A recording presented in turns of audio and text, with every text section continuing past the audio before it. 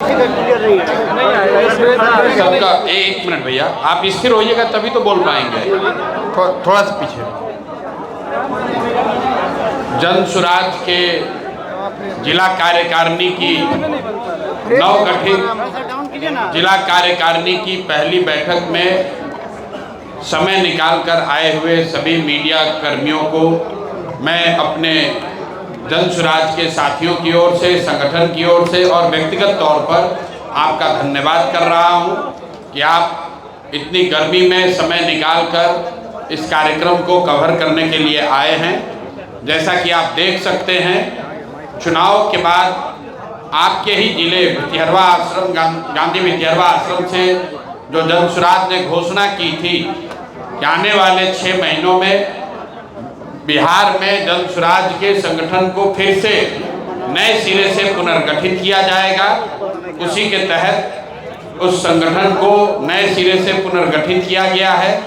आज पहली कार्यकारिणी की बैठक थी जिसमें करीब 4.5 घंटा चली बैठक में कार्यकर्ताओं ने, साथियों ने अपना अनुभव साझा किया कि अभी तक संगठन को बनाने में, आगे चलाने में क्या कुछ किया गया है, उसमें क्या कुछ कमी है और उसको और आगे बेहतर कैसे बनाया जा सकता है।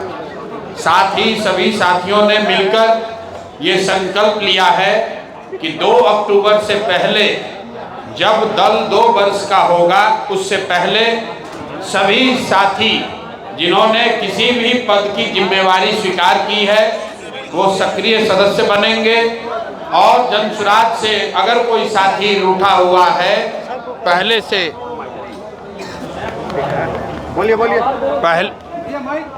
पहले से जो साथी जन सुराज से जुड़े हुए थे, अगर किसी वजह से आज वो सक्रिय नहीं है तो उनको वापस से फिर संगठन से जोड़कर इस विचारधारा का हिस्सा बनाया जाएगा। सभी साथियों ने मिलकर ये संकल्प लिया है कि आने वाले 3-4 महीनों में हम लोग जन सुराज के इस विचार को, इस प्रयास को, बिहार बदलने के इस संकल्प को घर घर लेकर जाएंगे। साथ ही एक और निर्णय ये लिया गया है कि आने वाले समय में त्रिस्तरीय पंचायती राज के जो चुनाव हैं उसमें जिला परिषद का चुनाव और वार्ड सदस्य और पंच का चुनाव पार्टी अपने कार्यकर्ता साथियों को दल के झंडे के तहत लड़ाएगी। पार्टी के जो कार्यकर्ता साथी हैं वो जिला परिषद का चुनाव लड़ेंगे और साथ में वार्ड सदस्य और वार्ड अध्यक्ष का भी चुनाव पार्टी अपने सिंबल पे तो नहीं लेकिन अपने झंडे पर चुनाव लड़ाएगी। ये आज निर्णय हुआ है। अब आपका कोई सवाल है तो आप वो सवाल कर सकते हैं। क्या बांकीपुर से आप चुनाव लड़ेंगे? देखिए, मैंने बैठक में भी बताया, बांकीपुर का जो उपचुनाव है वो सिर्फ एक विधानसभा का चुनाव नहीं है। बांकीपुर भाजपा के राष्ट्रीय अध्यक्ष का सीट है। पिछले 40 वर्ष में भाजपा को कोई वहाँ कोई दल, कोई नेता हरा नहीं पाया है। लेकिन उससे बढ़ के बांकीपुर का चुनाव तब हो रहा है जब नवंबर 2025 में एनडीए ने पूरे राज्य के लोगों को 10-10 हज़ार रुपया देकर, उनको भ्रमित कर गलत वादे करके अपनी सरकार बनाई है। पहली बार भाजपा का कोई व्यक्ति मुख्यमंत्री बना है।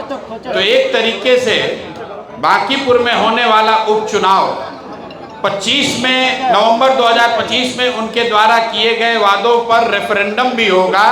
जनता का मत होगा कि जो वादे जनता से किए गए, चाहे वो 2 लाख रुपए देने का वादा हो, बिहार से पलायन बंद करने का वादा हो, शिक्षा की व्यवस्था, रोजगार को सुधारने की बात हो, इन सारे बातों पर एक तरीके से जनता को अपना मत देने का रेफरेंडम के तहत ये अधिकार होगा।